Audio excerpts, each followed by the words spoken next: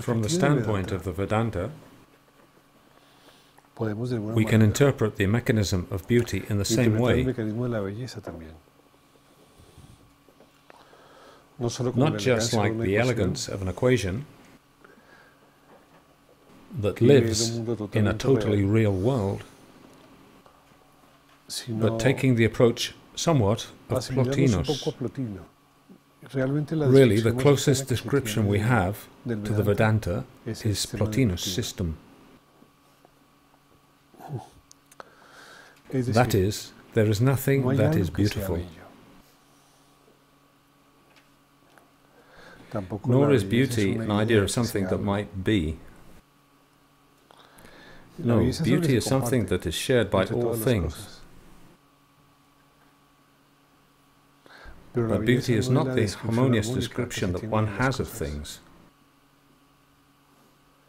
Nor is it the absence of such a description of things in a harmonious state.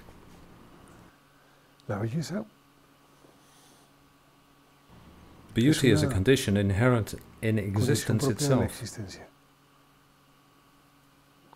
For instance, Plotinus likens beauty to the luster of understanding, of the intellect. Accordingly, he saw in pure intellect the beauty of the gods, since it has precisely this ability to see reality in such a way.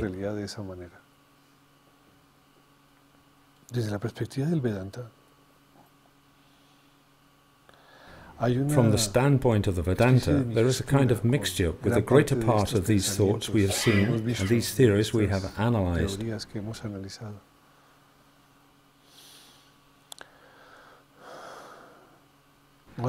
that sense, there is a threefold enunciation, which is Sat, Chit and Ananda.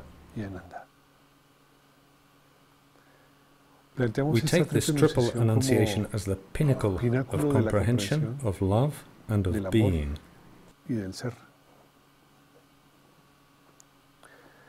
This triple statement that we habitually make of things, and the world, and of reality, needs to be backed up by a term which is becoming more and more clear and consistent, because it is the only way of bringing together these three conditions. The term is non-duality.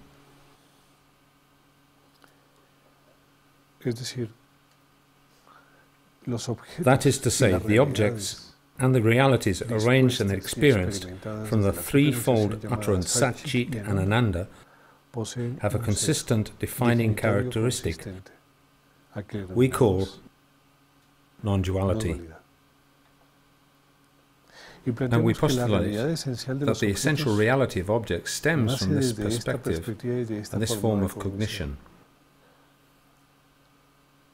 For that reason, we do not postulate objects, but rather fields of cognition. We don't postulate subjects, fields of cognition.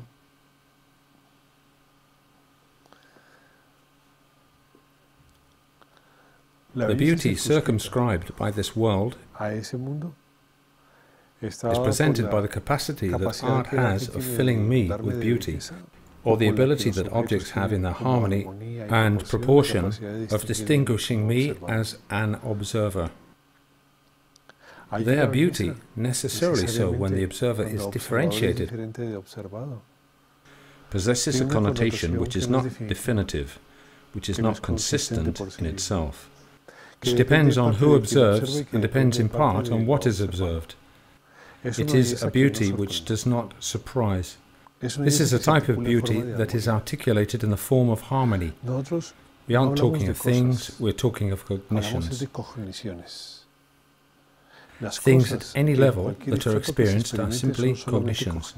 They are not thing events, nor event things. Always in every reality, what we find are things experienced via cognition. There is an observer and the observed. Cognition, the force of cognition, is, from the Western point of view, always located in one or the other. We situate the force of cognition in the field of cognition. So on this point we differ from Western philosophy by locating consciousness within the field. The field is where consciousness is located. When consciousness is located in the field, in the differentiated observer-observed mechanism, consciousness takes on the role of being based in the observer or based in the observed. If cognition is based in the observer, the person becomes idealistic. If cognition is based in the observed, cognition becomes realistic. Those are the only options. Even here, however, the event is a cognition event, and has always been a cognition event. Pure intellect is not in a world we call ideas. No. It doesn't just exist there. It is not a transcendental reality that operates in a celestial dome or beyond it, as Plotinus says. This archetypal world is not a distant world. It is not a world located beyond what I can experience, see, feel, or touch. This pure understanding is found in any understanding that human beings realize in any detectable action in life, in any action whatsoever, no matter what. Simply, it is an understanding that is only arrived at through knowledge of the subject or the object. It is the normal comprehension which human beings have of all things. There, harmony is a matter of opinion or simply a question of proportion. It doesn't go beyond that. When consciousness is deposited in the conscious event solely, in terms of an observer, there occurs what is known as surprise, a surprising beauty, a beauty that is similar to the condition of cognition and to a brilliant flash of cognition. Beauty is not the proportion of things, nor is it the use of beauty that I perceive. It is apprehended in the light of surprise that comes from cognition. That is beauty. It is beauty. In this type of perception, this startling perception in which beauty is produced, it is not possible to reflect on the knower or on what is known. It is a stunning form of surprise, one that simply surprises. And in this astonishment, the condition of beauty of things is seen to be integrated, but not just beauty. There are other things that lie beyond beauty but can never be detected. They are simply latent, concerning living forms. Surprise itself is not defined. That is to say, there is no one who sees themselves as being surprised. There is a much greater astonishment than the astonishment at the fact that the subject does not experience itself as an object, or an object as a subject. That is the minimum, the basic.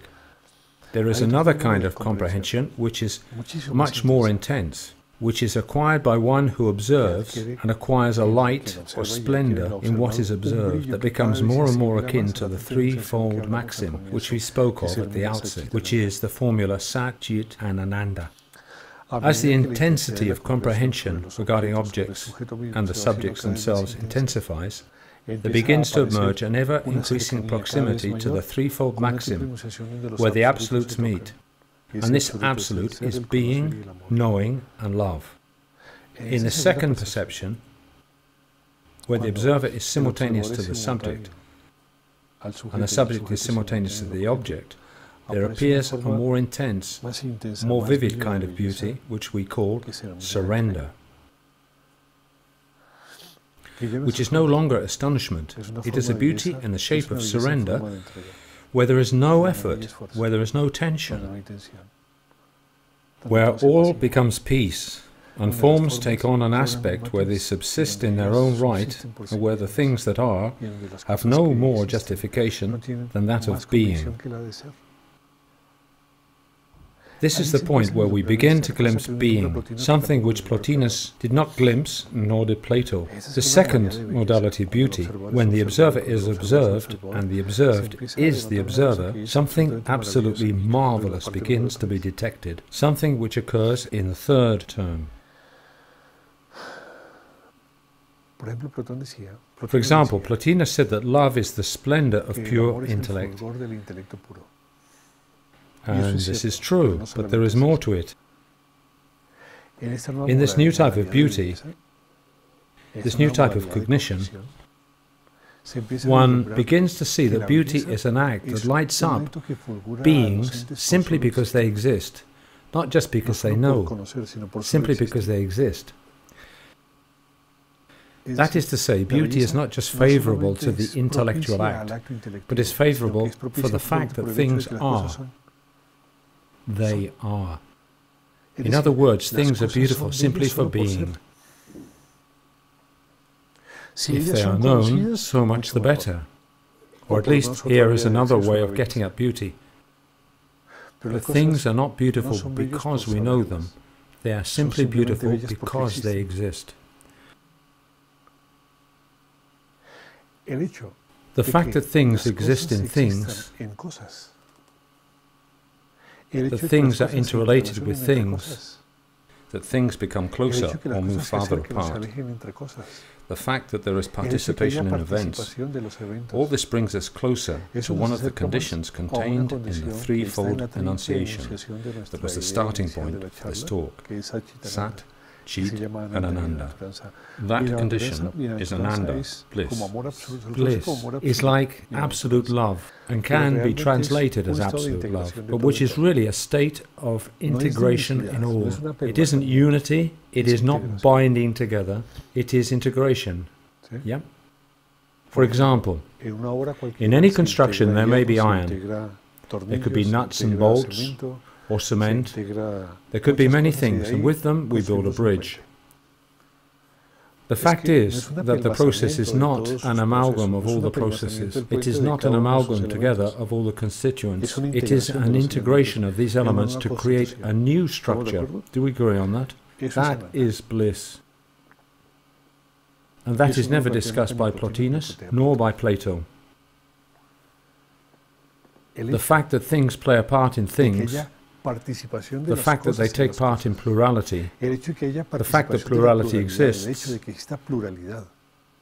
the fact that in an event, in a unit, there may be plurality, this is bliss. That is to say, things do not just distill beauty by existing, things also distill beauty simply by taking part. It's not just for what is known of them. It is not simply for what they express in terms of intellectually perceived form. It is not just because of knowledge. The fact that things simply exists confers beauty. The fact that things simply are shared confers beauty. The fact that the part exists as well as the whole confers beauty. Things are beautiful because they are what they are and because they share or take part with other things. Here we begin to detect that third enunciation which Plotinus and Plato affirm, and which Plotinus affirms specifically. The radiance of knowledge, the force of knowing, the continual act of comprehension in this non-differentiated mode of perception results in this degree of knowing distilling an unusual form of beauty,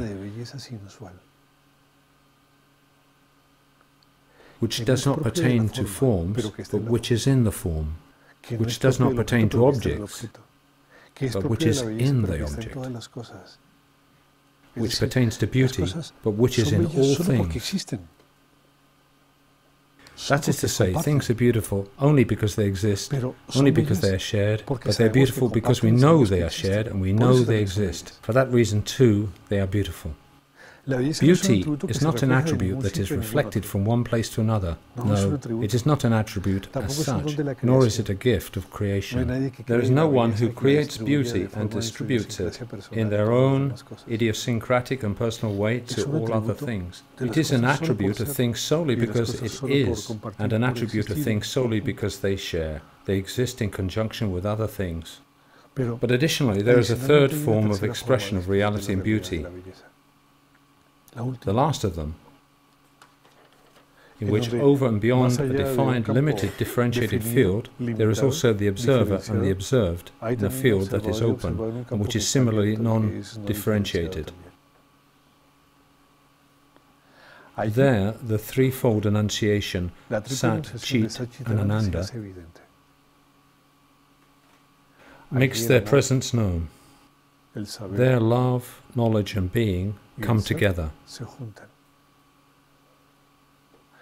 But they do not come together to create a new form of reality.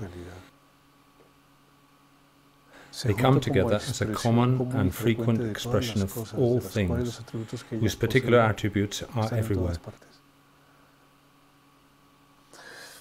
Consciousness is a continuum of knowing. But being is similarly a continuum of being.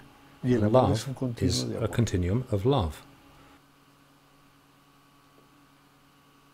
What beauty is the expression of all the continua of the things that are, and exists in the form of proportion simply because proportion exists. It exists as proportion because it relates together events of proportion, and tinges proportion with beauty because whoever observes knows what is happening in the object that is being viewed, that is being perceived. Beauty is not removed from what happens in higher planes, in the planes of perception referred to as non-duality. The strange thing here is that there is no suggestion that understanding has at any time ceased to be understanding, nor that love has ceased to be love, and that being has ceased to be being.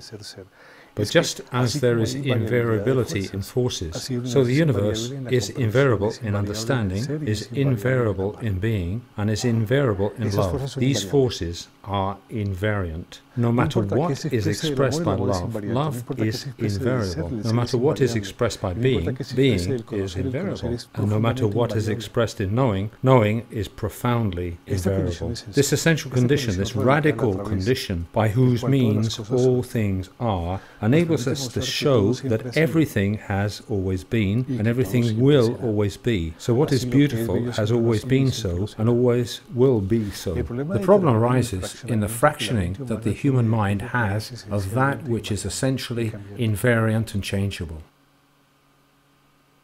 But that is another kind of problem. It arises in other knowledge.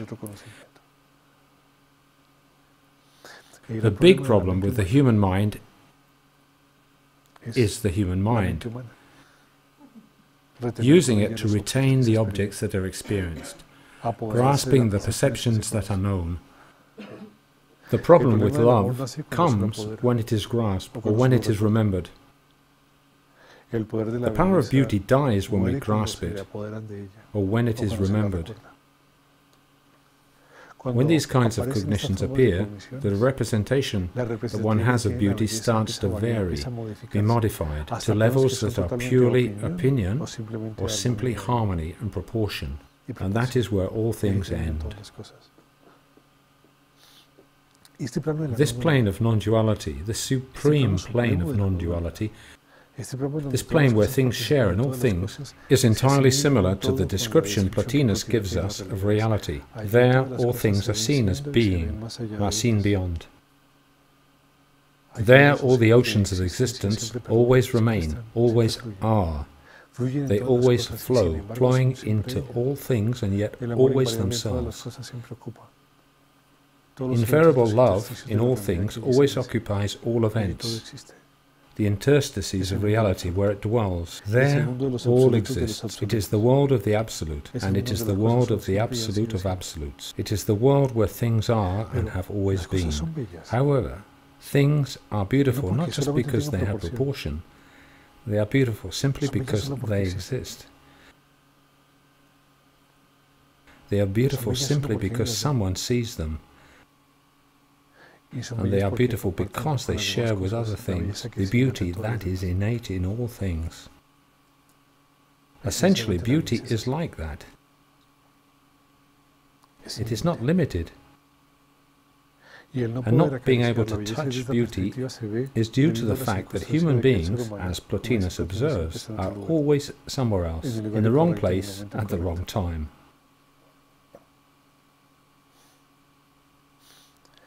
Beauty is not excessively nor necessarily a mathematical game where proportion is underwritten by a specific canon. Not so. Beauty is more than this. Beauty is a simple act of existing which is none other than the expression of being. It is the simple act of relating to and accompanying all other things, because the universe is multifaceted. Yet it is also the act of letting all that exists be known. And this derives from the observer. Things are beautiful only because the observer exists. Things are beautiful only thanks to the observer, because the observer tinges them, fills them with this tinge, an ideal representation. But for this alone, because the observer knows, only because the observer has this force of cognition, only because they depend on cognition, only because they confront it, only for this, things are beautiful. But they are beautiful always, in all transcendent worlds and in all worlds that are not transcendent. Things are invariable in terms of beauty, as the forces of nature with respect to the symmetries of Gauss. Everything is everywhere in every place, as is the synchrony of events. And there is a sense of unity in differentiation, as it operates in symmetry. In the end, all things are arranged in such a manner that everything has no other option than to be what all other things are. The universe is constituted in such a manner, it's made in such a way, that in the end, the only option is to be everything, because it has always been and always will be. And the struggle is the struggle for differentiation, but the essence is the essence of all in all things. Beauty is that trace, that imprint, that things have solely for the fact of being, of sharing, of being known. That is what I had to tell you about beauty during these days. I hope that all of you will find what I've talked about a cause for reflection, and it will help you to find a solution to your problems in life or your joy in living. The God's wish for the intellect which shines only in them to be bestowed on us, for us to see all things as they do. To you young people, until we meet again, thank you very much.